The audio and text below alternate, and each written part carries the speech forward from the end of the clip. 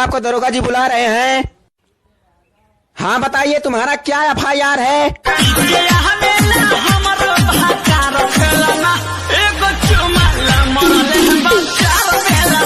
तो तुमको 100 नंबर पे कॉल करना चाहिए था ना।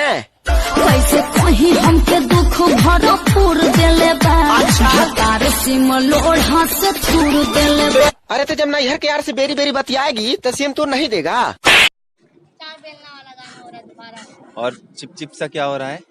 बारिश हो गया ना, गुस्सा आता है। मतलब अच्छे से बरसे।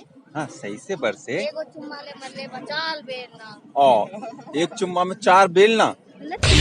पांडव म्यूजिक क्यों बच रहे? मेरा नाच है भैया, बजा थोड़ी। सोनिया में कसी के सैया मारे लो कचक।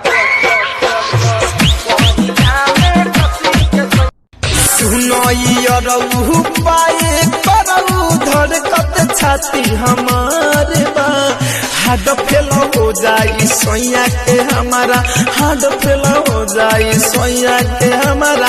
जानी जे लइका तुहारे बा, हाड फेल हो जाई राजवा के हमारा।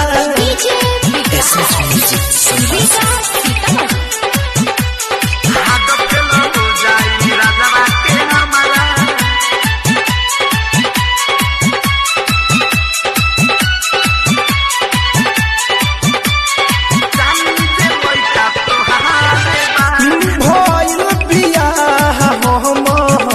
बात 6 महीना हो पूछे लइका कैसे रहल हम।